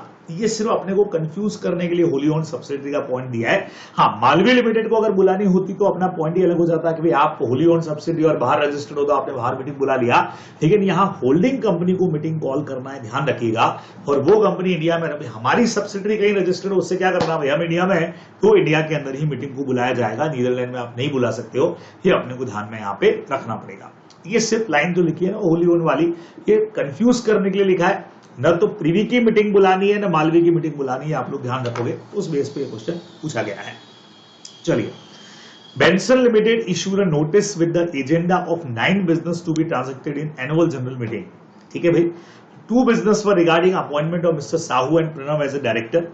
चेयरमैन चाहता है ये दोनों resolution decided to move the resolution for all the 9 together to save the time. बच्चों को अपने पढ़ा हुआ ये पॉइंट, क्या एक साथ सारे रेजोल्यूशन पास किए जा सकते हैं? क्या एक ही रेजोल्यूशन में सारे मैटर आ जाए? कर सकते हैं, लेकिन डायरेक्टर्स का जहां अपॉइंटमेंट हो रहा है वो 2 एक साथ में नहीं होंगे, आपको अलग अलग प्रपोजल लाना होगा, अदरवाइज ऐसा करना इलीगल नहीं होता है। ये देखो, अपना पूरा प्रोविजन आपके नोट्स में एज इट इज दे रखा है, ठीक है, बिल्कुल आप उसको कर सकते हो, कहीं पर भी इलीगल नहीं है। लेकिन अपने पढ़ा है 2 or more director can not be appointed as a single resolution, तो बाकी आप कर सकते हो। तो 9 business can not be move together as 2 business were regarding appointment of Sahu and Pranav, वो आपको अलग करने ही पड़ेंगे। इन 2 को छोड़ करके बाकी 7 आप चाहें तो एक साथ पास कर सकते हैं, अगर मेंबर इसके लिए यूनानिमसली यानी 100% कंसेंट दे दे, यहां भी एक ही प्रपोजल में आप इसको पास कर दो तो कर सकते हैं। ये जो मैटर है डायरेक्टर्स के अपॉइंटमेंट वाला, वो कभी एक रेजोल्यूशन में नहीं होगा, इसके लिए अलग अलग रेजोल्यूशन पास करना पड़ेगा, ये आप लोग ध्यान में रखेंगे, ठीक है। नेक्स्ट क्वेश्चन 10th नंबर क्या कहता है, चेक करते हैं। Members of ZA Limited, members of ZA Limited holding less than 1% of total voting power want the company to give a special notice to move a resolution for appointment of an auditor other than retiring auditor। बच्चों, section number 115 special notice वाला point है, और इसके पास में है less than 1% of total voting power. अपना point क्या था, कम से कम 1% तो होना चाहिए आपके पास में, बराबर, या फिर 1 लाख का, या फिर कम से कम 5 लाख का कैपिटल होना चाहिए। Explain whether member have complied with relevant of provision of companies act. तो क्या कहते हो बच्चों को, 1% होना चाहिए। अच्छा, ये जो लिखा हुआ है और holding share on with such aggregate sum not exceeding 5 lakh, नहीं, ये एक्सीडिंग 5 लाख हो गया, नॉट लेस देन 5 लाख होगा। भाई कम से कम 5 लाख की कैपिटल हो या 1% का वोटिंग पावर हो, तभी आप ऐसा डिमांड कर सकते हो। रिटायरिंग ऑडिटर वाला पॉइंट 140 में भी गौर होता है। तो इस क्वेश्चन के हिसाब से ये राइट इसके पास में नहीं है, बराबर से, बिकॉज यहां पे इसके पास में less than 1% of total voting power है, सो यहां पे ये प्रोविजन सही नहीं है, नॉन कंप्लायंस के अंदर आ जाएगा, ये अपने को ध्यान में रखना है, ठीक है। KMN limited scheduled its AGM on 11th March 18, 11 बजे मीटिंग को बुलाई है। 900 मेंबर कंपनी में बच्चे लोगों, आप लोग जानते हो प्रोविजन, आपने कोरम का पढ़ा हुआ है बहुत अच्छे से। द कंपनी 900 मेंबर हैं, 11 मार्च को following person were present by 11:30। नवंबर 18 के अंदर एग्जाम में आया हुआ क्वेश्चन है। अब आप लोग जानते हो 5, 15 और 30 का हमारा मैटर है। 1000 तक अगर मेंबर हो तो 5 लोगों का कोरम होना चाहिए। 900 मेंबर है तो 5 का कोरम चाहिए। P1, P2, P3 share holder है, तो क्या करूं, 3 काउंट कर दूं। P4 जो एबीसी लिमिटेड को काउंट कर रहा है, चलो रिप्रेजेंट कर रहा है, ये डीएफ को रिप्रेजेंट कर रहा है, तो 3 और 1 4 और 1 5 तो यहाँ पे हो गए। अब ये प्रॉक्सीज ऑफ शेयर होल्डर्स हैं, ये काउंट वैसे भी नहीं होता है, तो 5 तो हो गए भाई इनके। क्या कहते हो, examine with reference to the relevant provision of there quorum was present, yes quorum present है। What will be your answer, अगर P4 रिप्रेजेंट कर रहा होता एबीसी लिमिटेड को और रीच करता आफ्टर 11:30 तो कोरम नहीं होता भाई, क्योंकि 11:30 के बाद में फिर मीटिंग अगर कोरम नहीं है तो एडजॉर्न हो जाती है, अपने को पता है।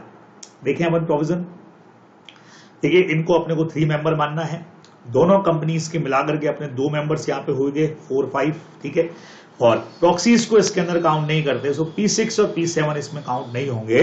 तो यहाँ पे उसके अलावा भी 5 जने हो गए पर्सनली प्रेजेंट, तो हमारा कोरम तो पूरा हो गया, ठीक है। Second part, further states that if the required quorum is not present within half an hour, तो अपने को पता है मीटिंग नेक्स्ट वीक के लिए एडजॉर्न हो जाएगी, some other place decided by the board of director.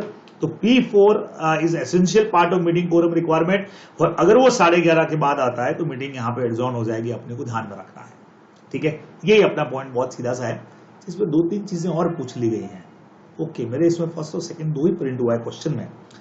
इन्होंने एक क्वेश्चन और भी पूछा था कि in case of lack of quorum, मेरे ख्याल से क्वेश्चन पूरा प्रिंट नहीं हुआ है।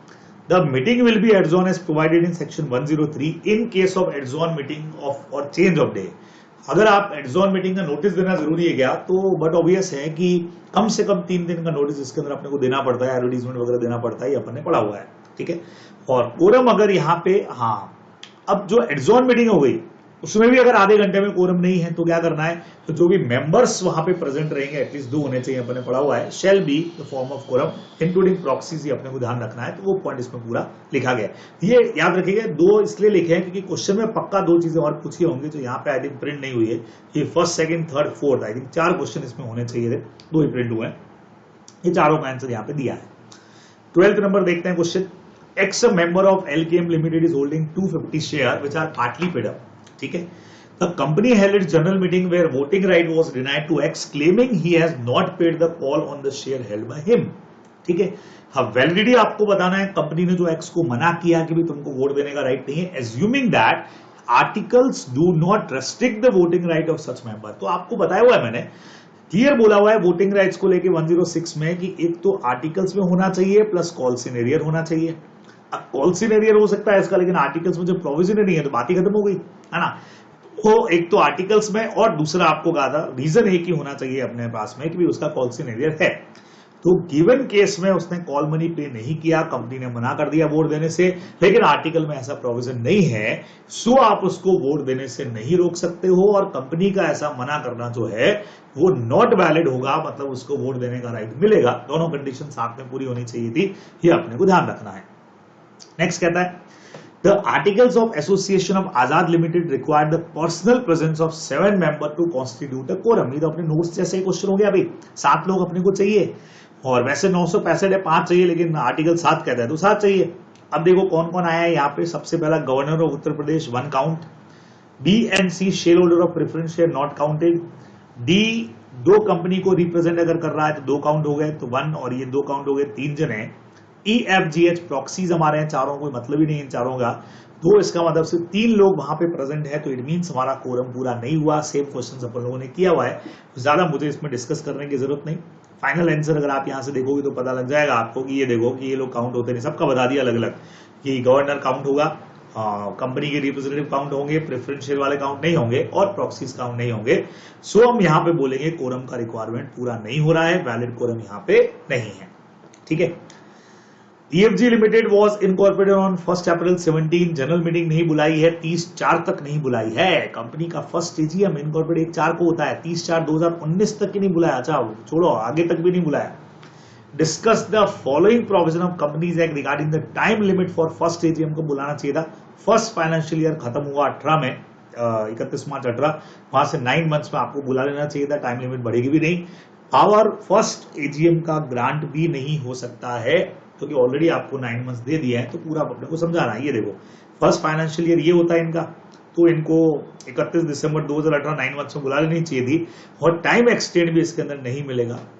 अदर देन फर्स्ट एजीएम 3 महीने का टाइम बढ़ सकता है, लेकिन फर्स्ट एजीएम का टाइमिंग जो है वो नहीं बढ़ता है, नॉट एक्सीडिंग। देखो 3 मंथ्स वैसे बढ़ता है, लेकिन फर्स्ट एजीएम का नहीं बढ़ेगा, अपने को ध्यान रखना है। तो इसीलिए यहाँ पे कोई आरओसी के पास पावर नहीं है एक्सटेंशन करने की, अपने को ध्यान रखना था। ठीक है, next Madurai Limited issued a notice for holding AGM on 7 November 18. The notice was posted to the member on 16 October. Some members of the company उन्होंने blame लगाया यहाँ पे that the company had not complied with the provision of Companies Act with regard to the period of notice as such the meeting was valid. ठीक है, referring to the provisions of meeting was invalid का blame लगाया हुआ उन्होंने, invalid होना चाहिए था। ये तो बच्चों अपने नोट्स का क्वेश्चन, अरे मैं करा ही नहीं रहा हूं भाई, नोट्स में क्लियर क्वेश्चन दे रखा है अपना 2 दिन का गैप वाला, मीटिंग वैलिडिटी कॉल है क्या, नहीं है, अगर नहीं है तो गैप कितने दिन का आ रहा है, कितना बार क्वेश्चन कर लिया। देखो ये क्वेश्चन कितना जोरदार है, मई 19 में आया हुआ, हार्ट भी नवंबर 20 में है, अपनी बुक के अंदर आपको मैंने करवा रखा है क्लास के अंदर, तो ये अपना पॉइंट हो गया। ठीक है, तो 2 दिन का गैप इसके अंदर आने आना है, शॉर्टफॉल है।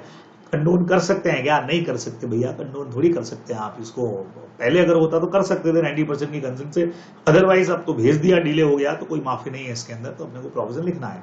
चलिए, give points of difference between ordinary और स्पेशल रेजोल्यूशन का डिफरेंस क्या होता है। May 19 में एग्जाम में क्वेश्चन आ गया था, दोनों के दोनों समझा देना, सेक्शन 114 में दे रखा है आपको बराबर। ऑर्डिनरी रेजोल्यूशन और स्पेशल रेजोल्यूशन के डिफरेंस है, सॉरी ये क्या होता है हमको पता ही नहीं है। देखिए, the resolution shall be ordinary if notice require under this act has duly given, ये तो बात वो की वो है, वोट इसके अंदर होने चाहिए, चाहे शो ऑफ हैंड्स हो, चाहे इलेक्ट्रॉनिक हो, चाहे पोल हो, एज द केस में भी, in favour of resolution include the casting vote of chairman who being entitled to do so. यहाँ पे और प्रॉक्सीज को भी अगर अलाउड है तो वो भी वोट करेंगे अगर पोलिंग से हो रही होगी तो, ठीक है।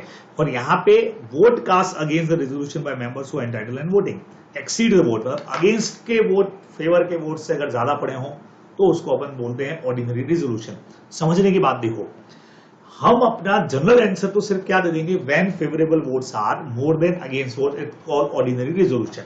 जबकि इन्होंने इतना सारा मैटर दिया है तो वो सब लिखो, सब लिखो मतलब कहां से लाए, कैसे कैसे वोटिंग के मेथड से, उन सबके नाम यहां पे लिखो और किन किन को इसमें वोट देने का राइट होता है। भले आप पॉइंट्स बना के लिख देना 1 2 3 4, लेकिन अपने को लिखना पड़ेगा, ये आप लोग ध्यान रखेंगे। स्पेशल रेजोल्यूशन के अंदर भी सेम चीज इसी तरह की है। यहाँ पे स्पेशल रेजोल्यूशन नोटिस में बाकायदा लिखा गया होगा, नोटिस दिया गया होगा एक्ट के हिसाब से। यहाँ पे वोट में अपने ये देखो, ये वो की वो बात, वही पैरा जो आपने वहां लिखा वो इधर भी रिपीट मारना, चाहे शो ऑफ हैंड्स हो, इलेक्ट्रॉनिकली हो, पोल हो, चाहे कुछ भी हो, including casting vote of the chairman if any अगर हो रहा हो तो। हालांकि चेयरमैन का कास्टिंग वोट बच्चों ऑर्डिनरी रेजोल्यूशन में होता है, वहीं पे काम का है, यहाँ तो काम का भी नहीं है, ठीक है। और 3 टाइम्स वाला पॉइंट तो अपने को लिखना ही है, वेदर 75% वोट इन फेवर या फेवरेबल वोट्स आर 3 टाइम्स और मोर देन अगेंस्ट वोट्स अगर अपन लिखे हैं तो अपना आंसर पूरा बनता है। तो स्पेशल आंसर बन गया ये। कॉमनली लिखोगे तो नंबर नहीं मिलेंगे, तो इसको स्पेशली आपको पढ़ करके जाना चाहिए। वोटिंग के मेथड्स भी इन्होंने इसके अंदर डाले हैं तो अपने को भी डाल देने, मैटर बढ़ाने से मतलब है बस। यहाँ पे इसको मे 19 में आया हुआ क्वेश्चन है। अगला देखो, explain the provision of Companies Act 2013 relating to quorum for general meeting of a public company having total 30 members, okay, of which 2 members are body corporate and 1 member of president in India। क्या बात है भाई, 30 member ही हैं total. Quorum of general meeting of a public company 30 member है तो 5 लोग का कोरम चाहिए। 2 मेंबर आर बॉडी कॉर्पोरेट से, 1 मेंबर प्रेसिडेंट ऑफ इंडिया है, तो इनके रिप्रेजेंटेटिव आए होंगे तो 2 और 1 3 जने तो हो गए, ठीक है। तो अब क्या करें भाई, इसके अंदर बोलो and can such representative cast vote. हम वोटिंग कर सकते, मना नहीं है। कोरम के लिए अपने को 5 मेंबर पर्सनली प्रेजेंट चाहिए, ठीक है। और यहाँ पे प्रेसिडेंट ऑफ इंडिया और बॉडी कॉर्पोरेट आए हैं तो only member present in person not by proxies are counted. तो प्रॉक्सी दे आर मेंबर्स, उनको तो चलो अपन हटा ही देते हैं, वो बात तो लगी होगी। अब देखो सेक्शन 113 112 में क्लियर बोला हुआ है कि अगर कंपनी मेंबर है तो उनके रिप्रेजेंटेटिव बाकायदा मीटिंग में आ सकते हैं, कोरम में भी काउंट होंगे और उनको वोटिंग का राइट भी रहेगा। सेम प्रेसिडेंट ऑफ इंडिया को भी वही सारे पावर हैं, कोरम में काउंट होंगे, मेंबर की तरह माने जाएंगे और उनको भी वोटिंग का राइट्स मिलेगा। ये अपने को आंसर में लिख देना चाहिए, ठीक है, क्लियर। चलिए जी, तो